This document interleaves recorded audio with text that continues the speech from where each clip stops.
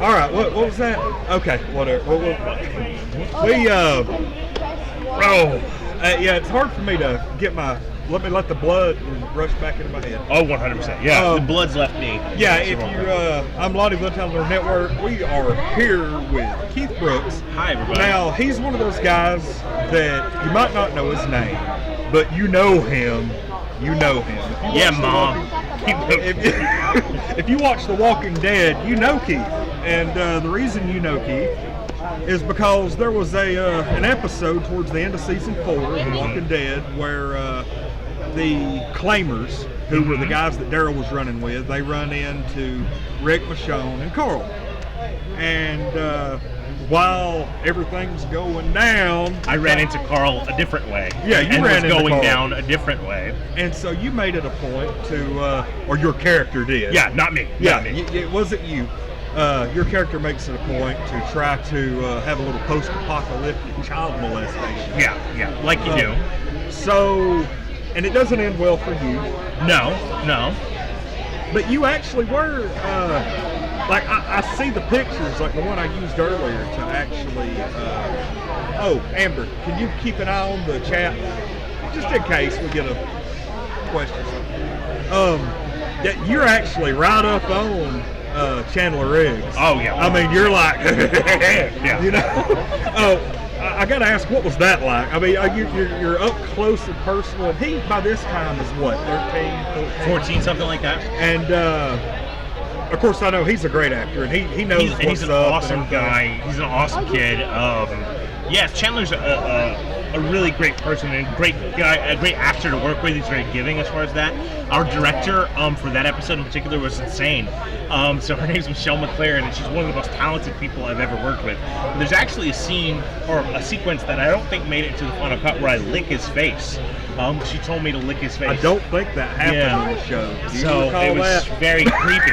Yeah, especially when it's like late at night, and I'm like, it was on my 29th birthday, I think, the 28th birthday that we filmed that.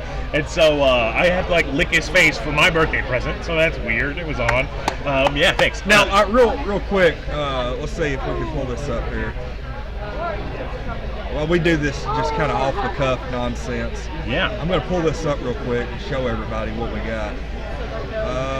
Where's that at? It's on here. There we go. That's what we're looking at. It looks like I'm nibbling on his ear right there. It does. That was, that right there, what we're looking at, that's what people remember when they think of you now. Yeah, that's wonderful. Yeah, that's it's great. like, hey, do you know who Keith Brooks is? No? Okay. Let me show you this now. picture. Now do you know who Keith Brooks is? Juilliard graduate Keith Brooks is. Oh, so yeah, that's something to be known as that. Now, Yeah. of course, I have to, because I saw you at your panel earlier. You were with a bunch of guys. I'm gonna have to get them on here too, because the whole group was. I wish we had enough room. I'd get everybody here. But yeah, everybody was talking about all that, and you said some of the most interesting things that we could talk about are like interactions with the cast. And you have to have at least one or two good stories. Oh, 100%. I have tons. I mean, it's really fond memories of working on the set. First time I met Norman Reedus, he spent 25 minutes giving me cheats for Candy Crush about how to, like, literally I was sitting in a makeup chair and Norman Reedus just plops down beside me and goes, "Hey, how you doing, buddy?" And then starts like playing his phone, and he starts telling me how to cheat for Candy Crush. Like that's our first conversation, right? And he's the nicest guy in the world. He seems like a very just outgoing, like super like jovial, friendly person. Never met a stranger in his life. Yeah, and that's the thing that's awesome. Like we would wrap sometimes at like 4 or 5 a.m. and we would be coming back to our trailers, and there would be people everywhere just waiting to see somebody from the show. And Norman's the kind of guy who would, and they didn't give a shit about us, because I mean, or poop about us. I don't know. We're strong PG-13. Okay, cool. Yeah, they didn't give a shit about us. And so they would like leave us alone. But Norman would make sure that every single person there shook his hand, that he talked to them, that he gave them autographs. He's just a super genuine guy. The day of that rape sequence. we're shooting it, and like for dinner, was like 11 o'clock or something that night, and we had like steak and all this amazing stuff, and it was super delicious, right? And so me and Andy are like he's stabbing me. We have blood. Andrew Lincoln, yeah. Yeah. So he's stabbing me. I have blood all over me. I'm spitting blood in his face, and all of a sudden they call cut, and me and him are talking about the scene and sequence, and we hear, "Oh my God!" And we turn over, like look this way. It's like 2:30 in the morning, and there's Norman Reedus with a cheeseburger from God knows where, just looking at us, going, "You guys look so messed up." I'm like, how did you get a hamburger like in the middle of the night? And now what are you doing? You were talking about the first take from your death scene, because there's a part. Spoiler alert! In case you're 3.5 years behind on The Walking Dead, you don't last long. No, I die. Yeah, I die harsh. I mean, I'm the last of the claimers. Let that be known. Eric Mendenhall and Jeff Kober, who lived longer. Sorry. Hey, we're here to have fun. Yeah. The first take on your death didn't go well. Andrew Lincoln, who is Rick Grimes in the show, actually was supposed to slash you open. Your entrails were supposed to come out blood everywhere, and it didn't go according to plan the first time around. Yeah, so I had like this shirt that he could actually cut open, and then things would fall through. But there was a tube that was supposed to pump blood out, and it had to go through my ankle, my pants, all the way up into my shirt. But something had happened around the crotch region where it caused it to misfire. So he stabs me, and I just start squirting blood from my crotch. And so, you remember that scene from Carrie? That's basically what happened. And Everyone's back there like about to puke. Yeah, they're all gonna laugh at you as I'm bleeding from my crotch to Andrew Lincoln's crotch. It was. And Norman Reedus is over there eating a cheeseburger. And then Chandler's like, does he have to touch me anymore? Like, it was a weird scene. So what's Chandler Riggs like? He seems pretty laid back. You just about have to be to do that kind of show. Yeah, so the day we shoot that sequence, I mean, I met him a couple days before that, and the day we shoot that sequence is like November 15th. The very next night, I was in a play, The Lion in Winter, and Chandler came to see my play with his family. And I'm still like friends with his family and him and all that stuff. They sent me a birthday card this year. I run into his mom every now and then. We'd have lovely conversations. Are you local to Georgia? Yeah, I'm in Atlanta. So okay. Yeah, and the whole Riggs family is from that area, and they're just the nicest. Well, from his mom to his dad to his little brother, they're just the nicest people in the world. So. Do you have a favorite character on the show? Mm-hmm. The tiger, Shiva. The tiger is my favorite character. Shiva? Yeah, Shiva's awesome. Yes. I don't know. Like, I really like.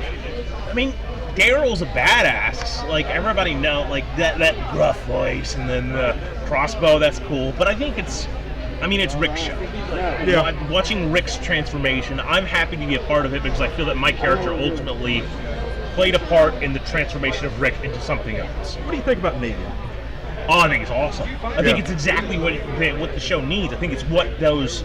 Because your protagonist is only as strong as your antagonist, right? And so the governor's one thing, but once you eliminate that, you eliminate the side characters of the claimers, you need something else that opposes a threat, that is as charismatic as all the other Andrews people put together. I'll say I'm a Negan fan in the sense that a lot of people will, like I've got guys that I work with and stuff, they're like, oh, my girlfriend, whenever Negan comes on, they're like, I wish somebody would kill him. But meanwhile, we're like, yeah, Negan. Yeah, but that's the thing, is you want somebody that you want to die, like on the show, you know what I mean? And Negan is the Joker of that Walking Dead universe. He's that person that you hate, but that's good. You need that. It makes you define where your lines are. Yeah. You were talking about, didn't you say Greg Nicotero came up to you a couple of days before the fateful scene and said, hey, you're going to get a lot of hate mail. Yeah. Did that prediction come to pass? 100%. I've gotten so many death threats. I've gotten like hate mail. I've had people send me Chandler action figures, and I don't know how they got my address. I've been at conventions, and like grown women will come up and spit in my face. Like at a convention in Tennessee, it happened actually. And people will come up and just like curse me out because they can't dissociate me from the character, you know what I mean? Now, I'll tell you though, that's pretty cool because, like, whenever I did like a little bit of I wasn't a pro wrestler, but I did like a little bit of like managing. Yeah. And I actually had somebody jump the rails and try to attack me because I was a heel. And the guys backstage said, if you ever get somebody to physically come after you, that's a badge of honor. Do you consider that as an actor a badge of honor? That you've gotten to people so much that I think yes and no. I think it's disconcerting at times because you do to receive a package. Like I received a piece of fan mail like probably last month about a person talking about how much they enjoyed watching me die and they watch it every day. And that's a weird, terrifying letter to receive. Yeah, right? because that's like borderline. Like who was the dude that shot John Lennon? Yeah, exactly. You're Mark like, David Chapman sort of thing, right? So you sort of get like disconcerted by that whole situation, but at the same time, you realize how much the show impacts people's lives. Yeah. Like Walking Dead fanatics, these Walker Stalkers, they're unlike any other group that you're gonna find, right? Oh, I mean, like freaking. Yeah. Yeah, they love the show and it impacts them deeply. And so from that regard, you see the power of art, you see the power of storytelling, of movie making. Yeah. You realize you're a part of something much bigger than you ever imagined it could be. For me, when I first got it, it's a show, it's a job, you know. But since then, it's bigger than that. I can go to all these conventions, and I'm a part of a Walking Dead family. You know, and then I have reactions of people still telling me they hate me. So you hit up like Walker Stalker Con and stuff like that? Yeah. I take it some time off for the past year, but now I'm trying to get back into conventions and stuff like that. And it's super fun to meet people that like the show, that like your work. Now, The Walking Dead only goes so far. You've done other stuff. I have. You didn't just magically fall into Walking Dead. That's been it. No, You've done some other things. Yeah, Tell us about that. I'm on NBC's Constantine. I'm on Fox's Star. I play a character named Leonard on that. And I co-own a company called Beamed It Productions. Okay. And so we do all sorts of weird, like Deadpool Typical Tuesday is a movie that we did. It has, I think, 30 million views on YouTube right now. Marvel acquired the rights to it. It's in the Deadpool video game. They reference us in the Ryan Reynolds movie. It's in a couple comic books. And then we had a show for Stan Lee called Beamed It Explains It All. I've actually heard of that. Yeah, so that's us. And so we just take nerdy concepts and tell you everything you need to know in like 5 to 10 minutes. So we had like Stephen Amell on the show, Peter Shinkota from Daredevil. So is that something you just like own and produce, or is that something that you actually take part in? I take part in it too. So we host it, you know, and then we pass it off to other people. I also edit it and I'm one of the producers for it. And so we try to do like all sorts of stuff. My thing is I like making movies. I like directing. I just directed a feature called Dick Ball. Yeah, that's right, Dick Ball. That sounds promising. Yeah, it's Dick Ball. I mean, you hit people in the dick with a ball, but it's also is that seriously what it's about? Yeah, well, it's about like a sport of dick ball, so it's I almost imagine like wrestling, like a touring of an independent circuit of wrestling, but just with this game, and you're following all these characters who have different stories. And some of them are dramatic, some of them are comedic, and it's this weird sports mockumentary thing that we just did with a bunch of people from Walking Dead in it, actually. So we have like 5 Walking Dead actors in it. That is so crazy. Yeah.